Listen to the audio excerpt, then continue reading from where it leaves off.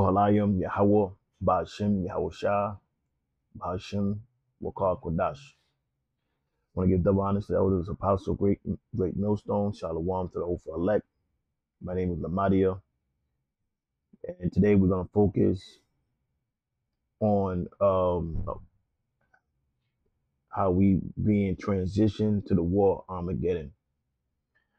As we see on the news, we see that this conflict with Israel, Iran, is beginning to escalate, and the U.S. has approved Israel bombing Iran. Give me 1 second. U.S. approved Israel bombing Iran nuclear facility, and that's just going to further escalate things. And you have Russia is making threats to the U.S. to not to intervene. So this all is in leading to the war of Armageddon.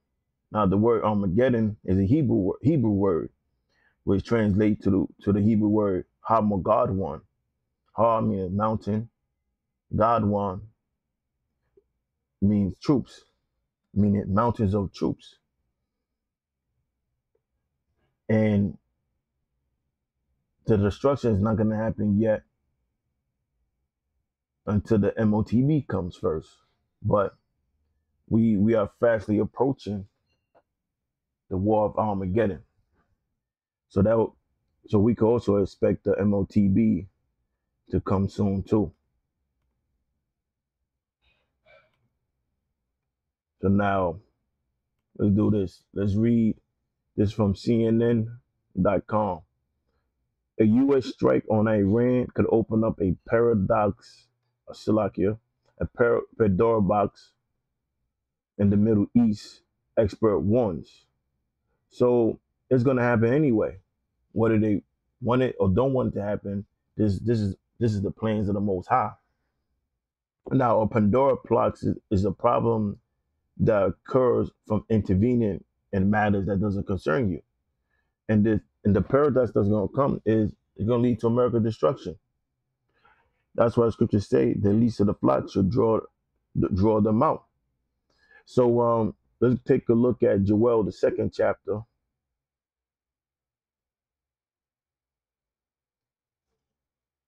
The whole chapter is good, but I really want to just get to the point.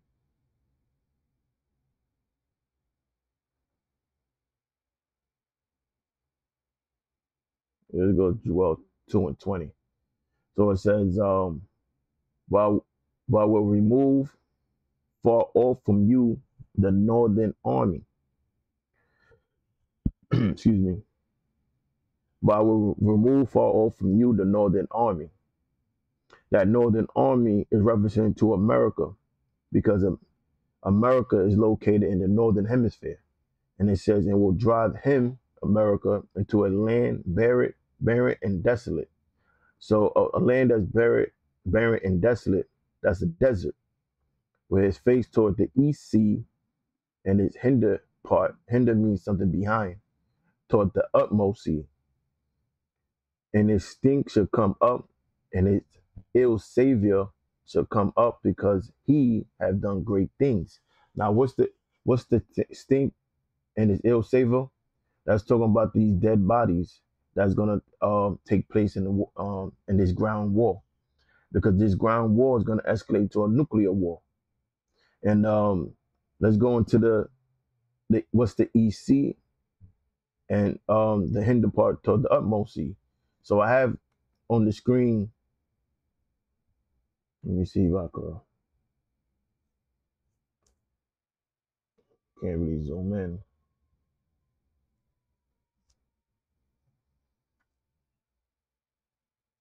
Let's try this. There we go. Perfect.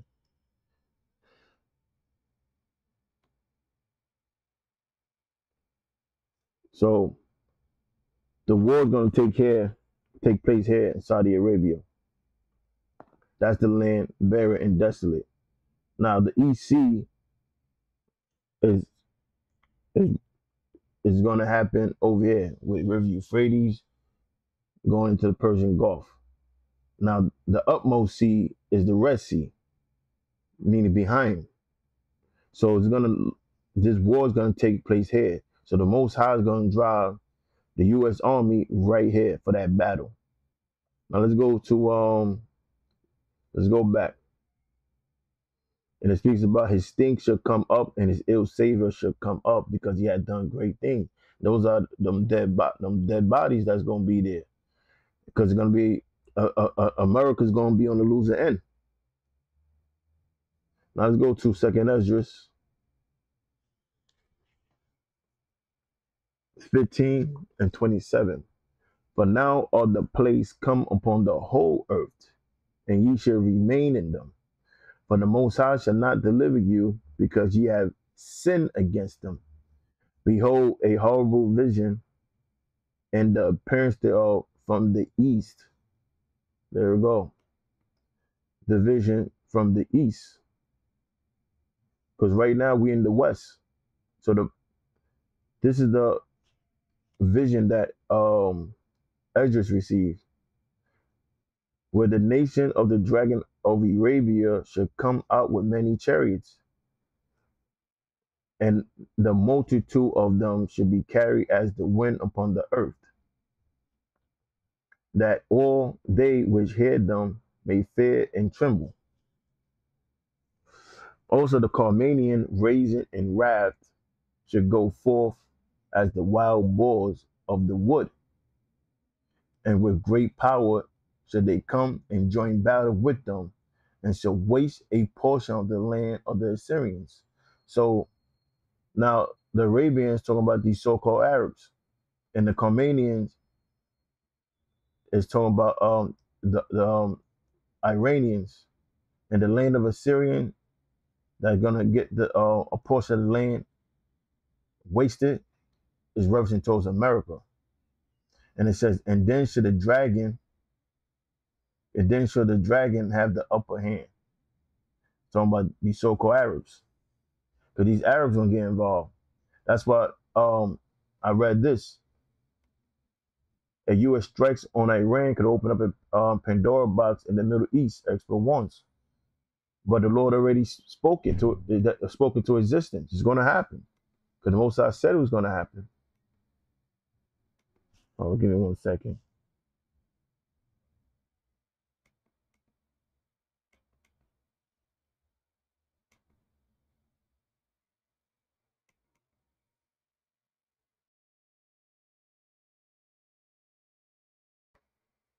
All right, bear with me. Satan, computer just froze. Okay, we back. So we'll read that again. And then should the dragons have the upper hand, and remembering their nature, and if they should turn themselves, conspiring together in great power to persecute them. Now the dragons, again, talking about the Arabs, their nature is going back to the blessing given to Ishmael. Now Genesis 16, matter of fact, and start at 10.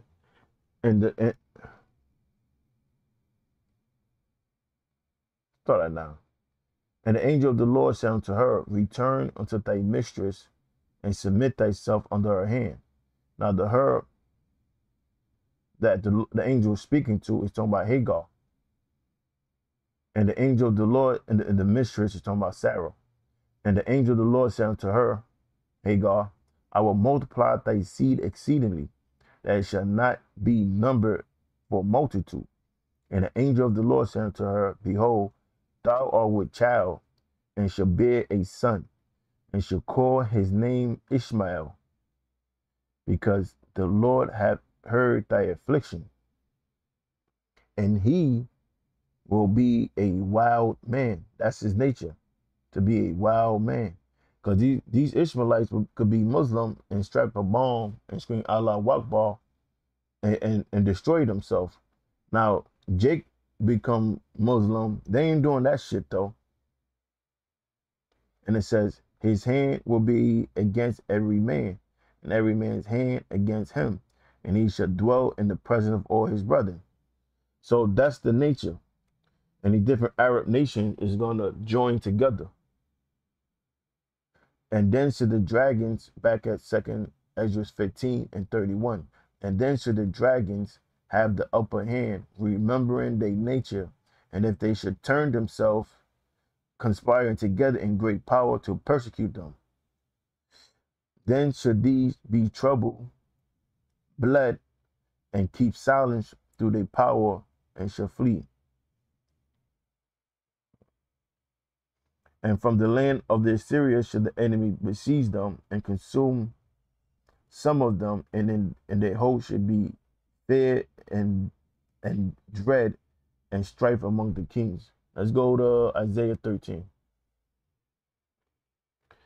The burden of Babylon, which Isaiah the son of Amos did see, lift ye up a banner upon the high mountain, exhort the voice unto them, shake the hand, that they may go into the gates of the noble. So the high mountain right now is America, and the banner is the scriptures.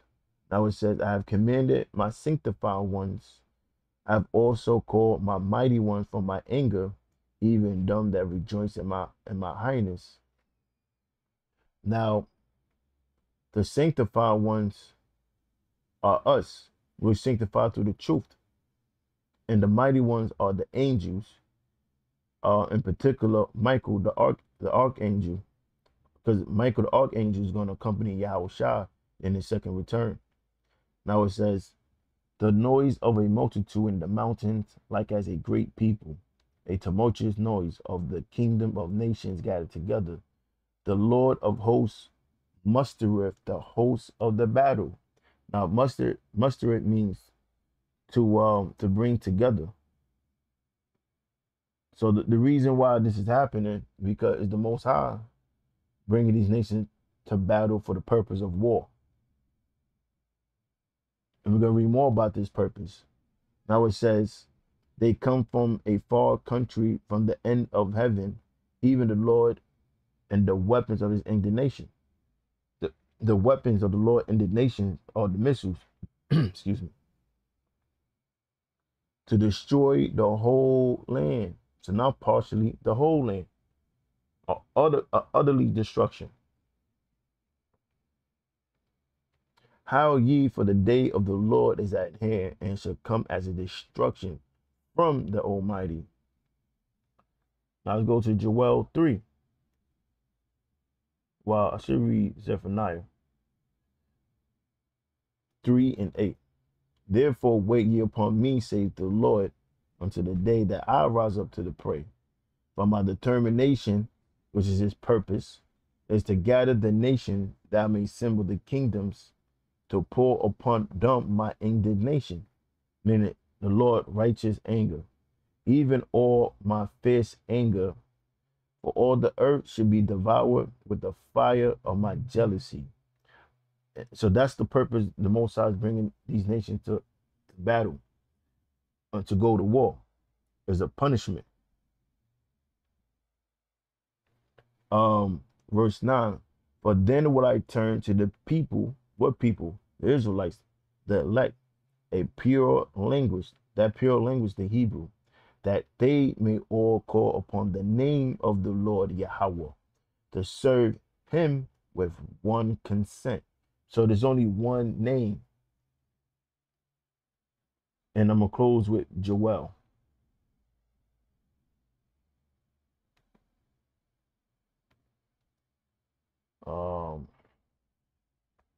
Start at 1. For behold, in those days and in that time, when I shall bring again the captivity of Judah and Jerusalem, I also gather all nations and bring them down to the valley of Yehoshaphat. And, you know, because there will be a second Exodus. Now, the first Exodus we was delivered out of Egypt through to Moses. The second Exodus, we're gonna be delivered out of modern day or spiritual Egypt, America, through Yahweh Shah. And it says, verse 2, I will also gather all nations and bring them down to the valley of Yahweh Shaphat or Jehoshaphat. That's what I showed you in Saudi Arabia.